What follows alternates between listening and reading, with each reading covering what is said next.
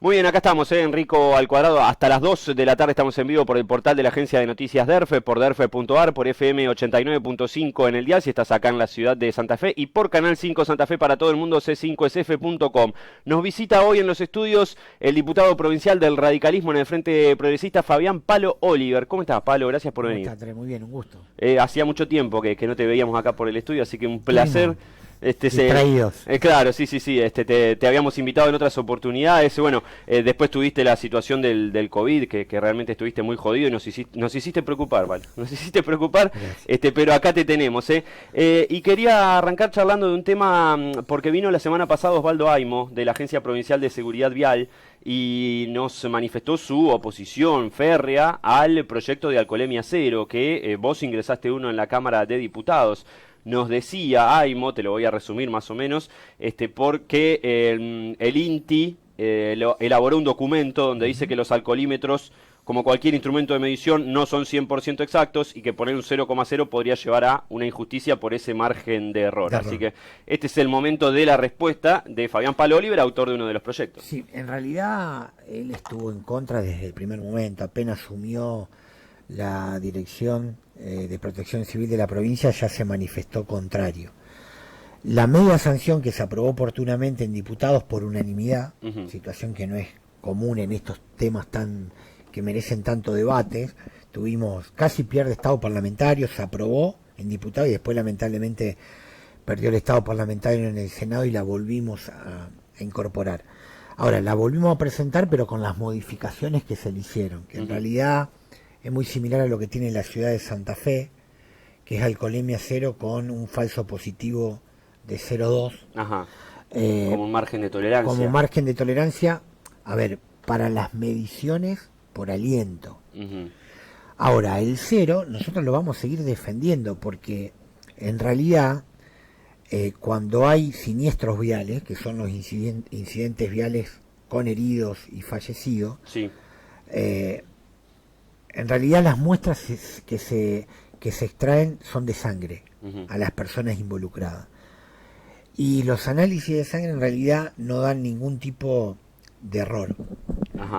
Si vos haces un análisis de sangre, si tenés alcohol en sangre, ahí sí es correctamente dicho, claro, alcohol en sangre, eso es importante porque para lo que es después el proceso de imputación a las personas responsables de haber cometido ese siniestro vial.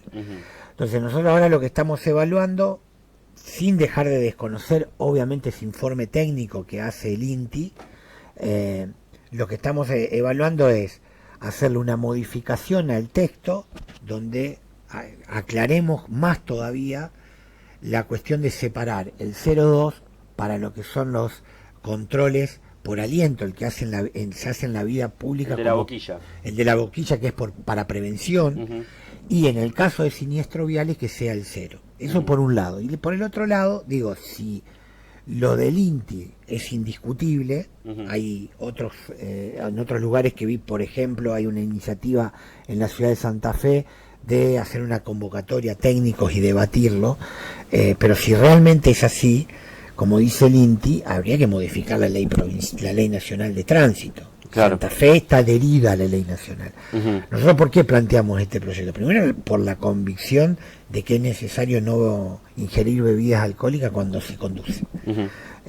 Hay 17 veces más posibilidades de cometer un incidente vial con alcohol que sin haber ingerido alcohol, y esto también hay estadística y las ciencias médicas ya no lo discuten. Sí.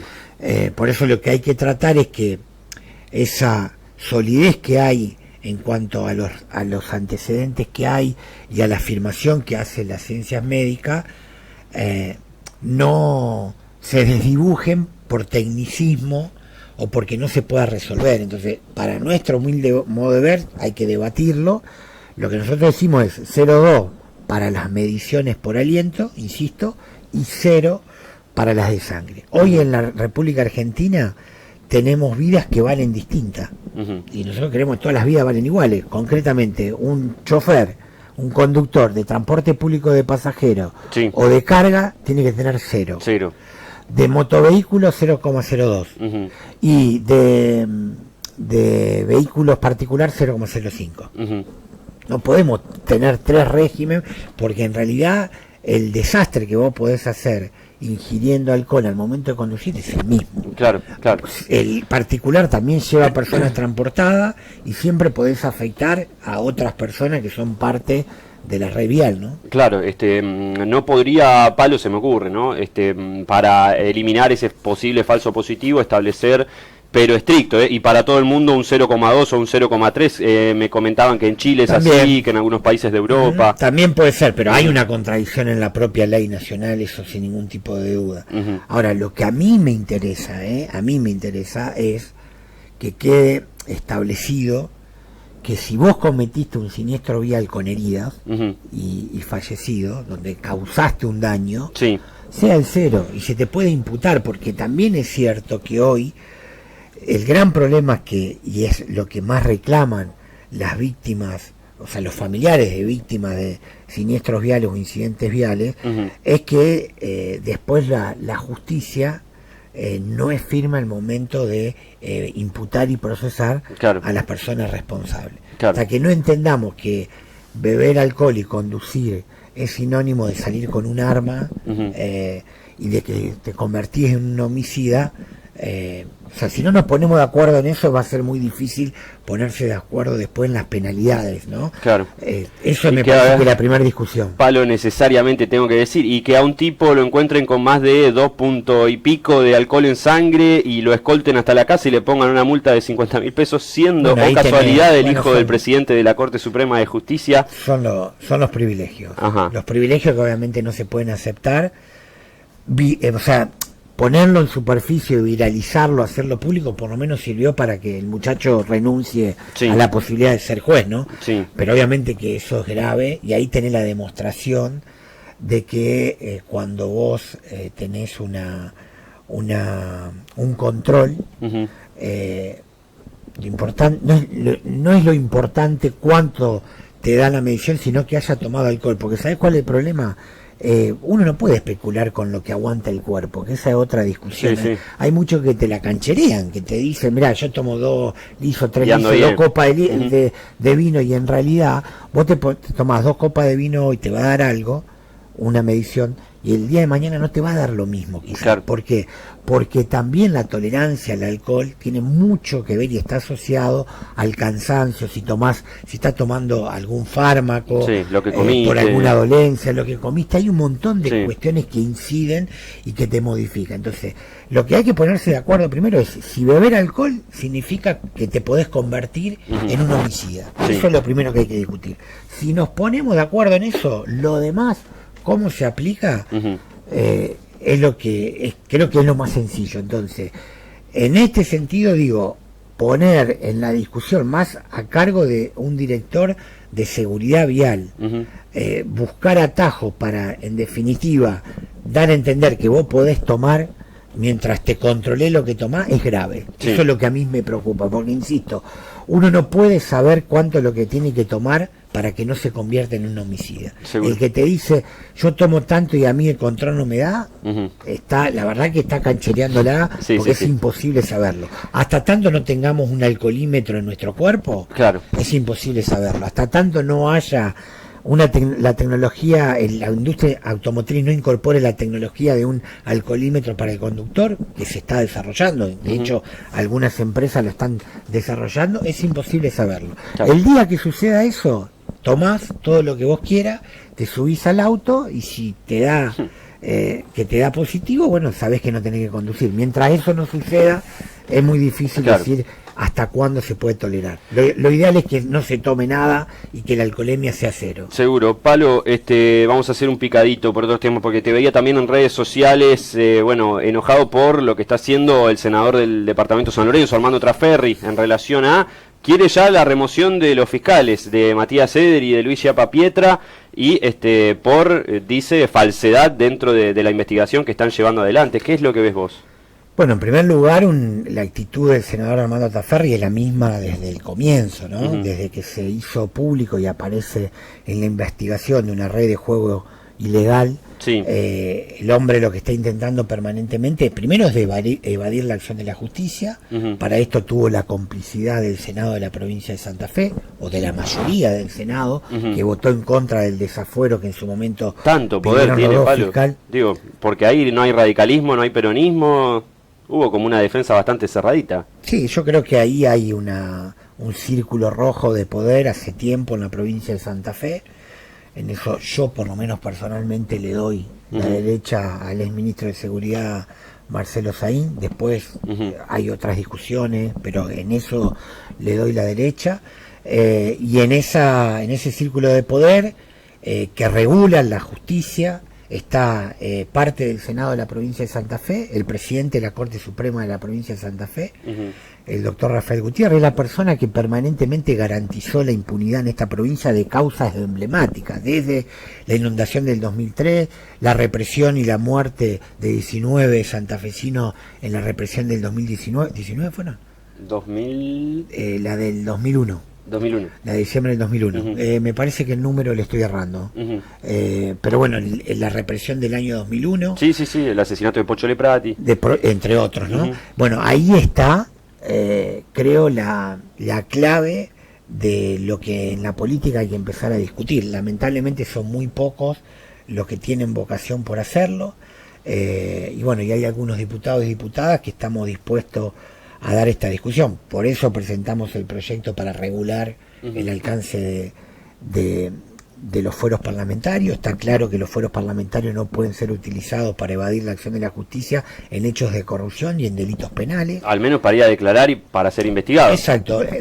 Que exista para después detenerte es otra historia, tiene que ir... Tiene sus bases constitucionales, el tema de la detención, pero todo el nunca, proceso previo es todo posible. El proceso previo debe ser posible. De hecho, tenemos una vicepresidenta que tiene algunas causas y cada vez que se la requiere la justicia, se presenta a declarar como cualquier otro ciudadano. Entonces, los privilegios, ¿cuáles son? Taferri está haciendo uso de un privilegio porque no se está consagrando un principio constitucional que es la igualdad ante la ley. Entonces, desde ese punto de vista, creo que Taferri lo único que está evitando es ir a la justicia. ¿Por qué está evitando ir a la justicia?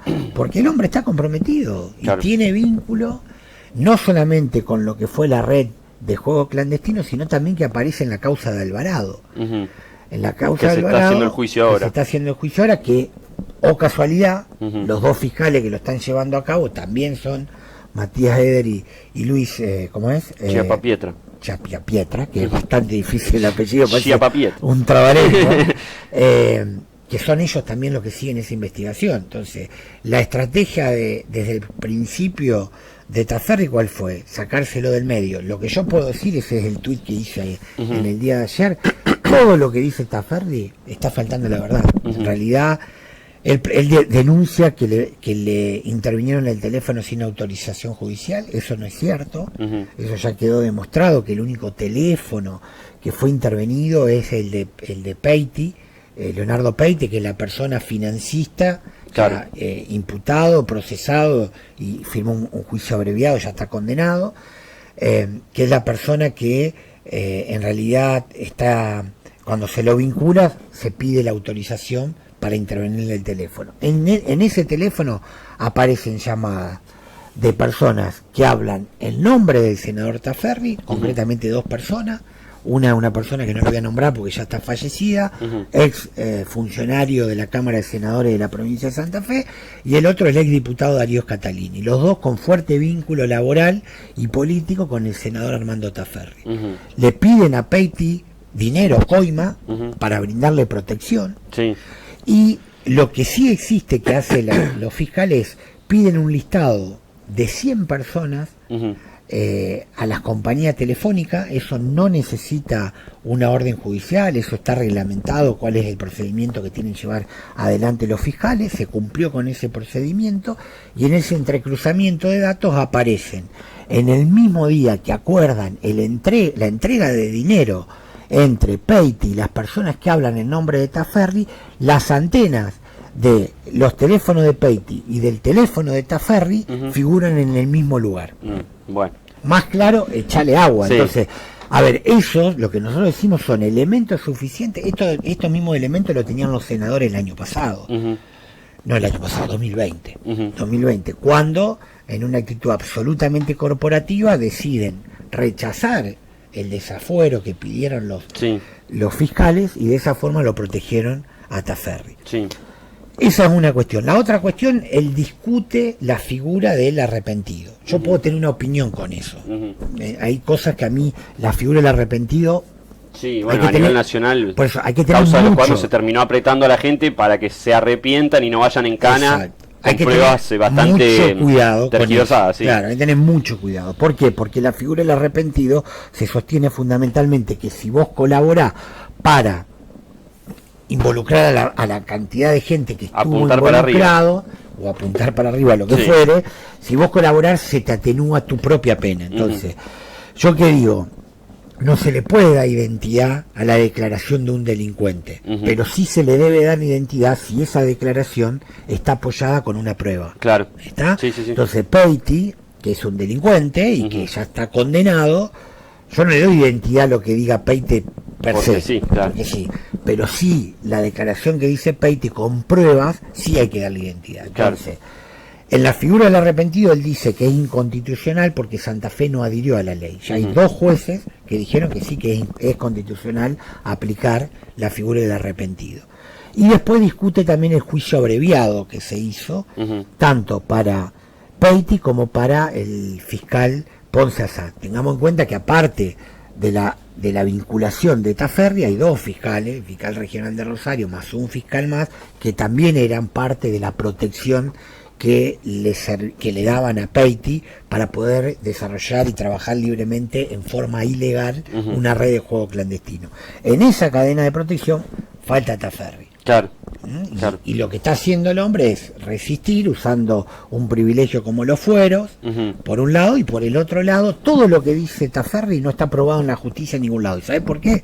Porque 2 veces lo llamaron a declarar, en 2 oportunidades, 2 jueces distintos y no se presentó. Claro. Entonces, la verdad que todo el mundo tiene, también esto es un precepto constitucional, que todo el mundo es inocente hasta que se demuestre lo contrario. Ahora, él tampoco hace el uso de poder defenderse en la justicia, porque, a ver, quien no se quiere defender en la justicia porque está escondiendo algo, esto es muy sencillo, y porque Taffarri sabe que el cúmulo de pruebas que hay contra él son suficientes como por lo menos para imputarlo y poder procesarlo de ser parte de esa red de juego clandestino, por lo menos su figura de protección y movimiento de influencia, porque Taffarri, termino con esto, cuando recién se hace público este caso, que recordemos que este caso arranca cuando matan a un gerente que estaba jugando en el casino de Rosario, salió en la terraza a fumar y un tiratiro lo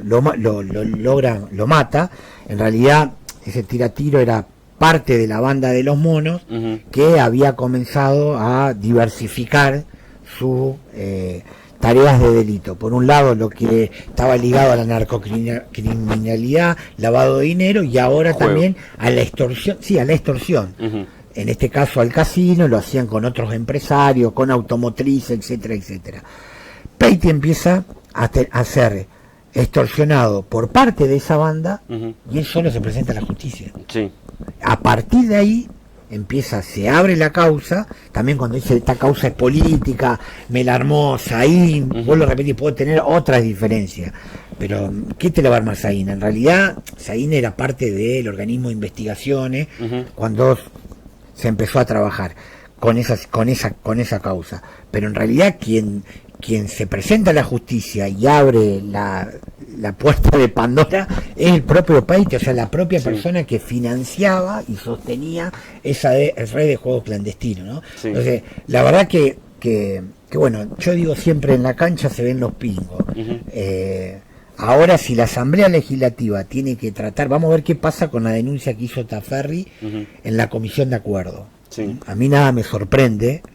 Quiero decir que puede llegar que la Comisión de Acuerdo falle o dictamine por la remoción. Lo que sí te puedo decir, no va a ser tan fácil como en otras oportunidades, como pasó por ejemplo con la destitución de Ganón, que yo voté en contra. Sí, me acuerdo. No va a ser tan fácil que en esta oportunidad hagan lo que quieran y se puedan llevar puesto a los dos fiscales. Creo que los dos fiscales de muchísimos sectores tienen el apoyo por la valentía que tienen y porque aparte están llevando adelante distintas causas con mucho profesionalismo y mucha valentía.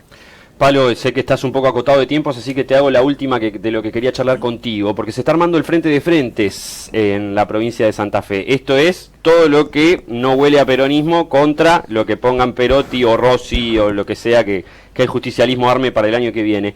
¿Cómo te encontrás vos en este momento con esta situación? Yo sé, y lo hemos charlado en este programa, que no te gusta la idea de estar aliado en un frente con el PRO, pero veo acercamiento de dirigentes también muy cercanos a vos. No sé, el intendente de Rosario, por ejemplo, con la presidenta del Consejo Rosarino, María Eugenia Esmú, gente que labura con vos en tu espacio político dentro del radicalismo y que empieza a ver con buenos ojos esa idea. ¿Cómo lo sentís vos a eso?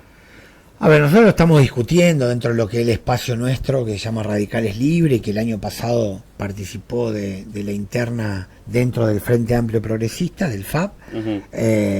Lo estamos discutiendo, lo que sí te puedo decir que son discusiones que las voy perdiendo, para que la entienda todo el mundo. Sí. Yo no voy a estar ahí, lo único que puedo decir no son caprichos, no es nada, es una decisión política que quiero sostener en base a lo que debe ser quizás el valor más importante que en estos momentos se ha perdido, que es la palabra, el valor de la palabra, y mantener la coherencia. Después, la explicación de que ese gran frente se hace porque el gobierno de Perotti es malo, porque hay que desalojarlo del gobierno, sí, porque está haciendo muy mal las cosas, la verdad que es insuficiente. A mí me gustaría desalojar a lo que representa Perotti como gestión, como gobierno, con una propuesta que sea superadora y con una propuesta que se sostenga bajo normas, principios ideológicos y sobre todas las cosas, para que todo el mundo lo entienda, que nos pongamos de acuerdo cuál es el Estado que queremos, ¿no? Construir en la provincia de Santa Fe. Yo siempre digo, estoy muy orgulloso y jamás voy a renegar de lo que fue el Frente Progresista, la propuesta del Frente Progresista. Creo que el Frente Progresista ha transformado la provincia en muchos aspectos. Obviamente que hay cuestiones en la columna del debe, la más importante obviamente la violencia, el crecimiento de la violencia y la inseguridad en la provincia de Santa Fe, pero después hay muchísimas cosas que funcionaron muy pero muy bien, y no creo en los rejuntaderos que después te hacen ruido por todos lados. Mirá, ¿no crees que esto responde también a cierta derechización que hay en la sociedad? Como, bueno, sí, vamos a corrernos un poco más acá porque la gente está pidiendo esto. Sí, lamentablemente sí, y esos renunciamientos después se pagan muy caro, pero, a ver, no se pagan caro a los espacios políticos, se pagan muy caro socialmente. Si uno ve todo lo que fue la etapa del neoliberalismo encarnado en Menem y todo lo que fue el proceso de 10 años de Menem, muchos sectores de la política renunciaron a resistir desde un lugar claro en lo que el menemismo podía representar. Después nos olvidamos, porque la verdad que de ahí después vino la crisis del 2001 y borró todo lo malo que hizo el neoliberalismo, que hizo Menem. En realidad la crisis del 2001 tiene que ver con el agotamiento de ese modelo, ¿no? De arrastre, también el desastre que siguió haciendo el gobierno de la Rúa, pero hay memoria por ahí a corto plazo, Palo, en algunas cosas, qué sé yo. Patricia Bullrich antes se iba a los huevazos de los restaurantes y ahora es una posible candidata presidencial. Todo pasa, parece, ¿no? Como decía don Julio. Sí, yo igualmente, mira, tengo algo, capaz que simplifico, en eso sí simplifico. El mayor fracaso del progresismo en la República Argentina está asociado a no poder darle respuesta a las demandas que la sociedad tiene. Uno es consciente desde que hace política que la política justamente es la disputa entre distintos modelos de gobierno, porque es eso la política, y cuando el progresismo se confunde y empieza, como decís vos, a tomar banderas que nada tiene que ver con lo que debe ser el progresismo, se va renunciando y en realidad se le hace más fácil a los sectores conservadores. Y que el radicalismo sea hoy parte de una alianza conservadora como es Juntos por el Cambio, debilita justamente la resistencia que tiene que tener el progresismo para hacer frente a los intereses que tienen mucho más facilidad para imponer, que son los sectores concentrados de la economía. Eso es así. Claro. Todo lo aprendimos así en política. Algunos te dicen, esos discursos atrasan. No, bueno, son esos muy discursos actuales. atrasan, ustedes se quedaron en el 83, me dicen algunos. Ajá. Y en realidad, si uno ve cuál es la disputa en el mundo, es la misma disputa que está en la República Argentina, y es la de siempre. Lamentablemente algunos lo justifican diciendo, te lo dicen amigo, mira, lo importante es llegar al poder, y desde el poder después uno puede hacer, sí. Y la verdad que no pasa por ahí, porque uno sabe que cuando se llega al poder en esas condiciones llegas condicionado, valga la redundancia, ¿no? Y ese condicionamiento no es moco de pavo, son condicionamientos en serio que después te impiden realmente trabajar por un crecimiento, por la producción, por la distribución de la riqueza. Es una discusión muy, muy de fondo, que muchos la esconden abajo de la almohada y dicen, bueno, hacemos antiperonismo, lo importante es ganamos y vemos. Ganamos y después vemos. La verdad que eso no creo que sea la posibilidad de construir una alternativa seria a lo que representa hoy Perotti y el gobierno, que por hecho, a ver, en el diagnóstico de cuál es el gobierno de Perotti, vamos a coincidir seguramente más lo que vamos a coincidir que en lo que no, pero después, cuáles son las formas para resolverlo, y ahí es muy difícil. A ver, uno ve cuando discuten en la Cámara de Diputados, hay algunos que están haciendo fuerza para que entre UNITE, o sea, concretamente Granata, Mayoraz, esos grupos que son 3 bloques los ya hoy, y demás, y en realidad esos muchachos no quieren venir a este nuevo frente, están viendo a ver quién se queda con Milei, están disputando es cierto, con Milei a ver quién es entre el dirigente en los distintos bloques, a ver a Milei a quién elige, ¿entendés? Entonces, la verdad que cuando vos te pones a discutir cualquier tema que vos discutás en el ámbito de la legislatura, yo por lo menos voto siempre en contra de ellos, o ellos votan siempre en contra de mí. Claro. Sí, y a ver, ¿eso es malo? No es malo, en realidad es lo normal si uno vota desde la convicción, cada cosa que tiene que votar. Tengo muchísimos ejemplos en ese aspecto.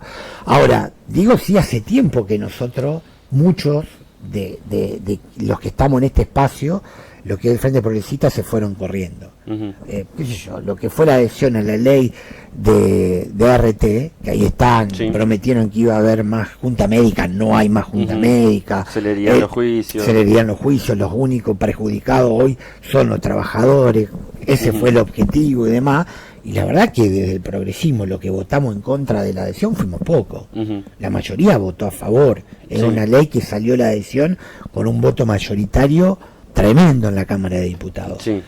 Pero bueno, esos son señales que se van dando. Que era lo que venía a apretar Macri cuando venía a Santa Fe, ¿te acordás? Siempre decía, aprueben la ley de RT, una vez un acto con Pibito así. Después la tomó Fernández, que es lamentable, la tomó Perotti, la defendió, y los legisladores peronistas también. Un poquito raro. Palo, gracias por venir, no te queremos robar más tiempo, así que te esperamos cuando quieras, las puertas del canal están abiertas. Vale, gracias, Fabián Palo Oliver, diputado radical del Frente Progresista, nos visitó en los estudios de Canal 5 Santa Fe.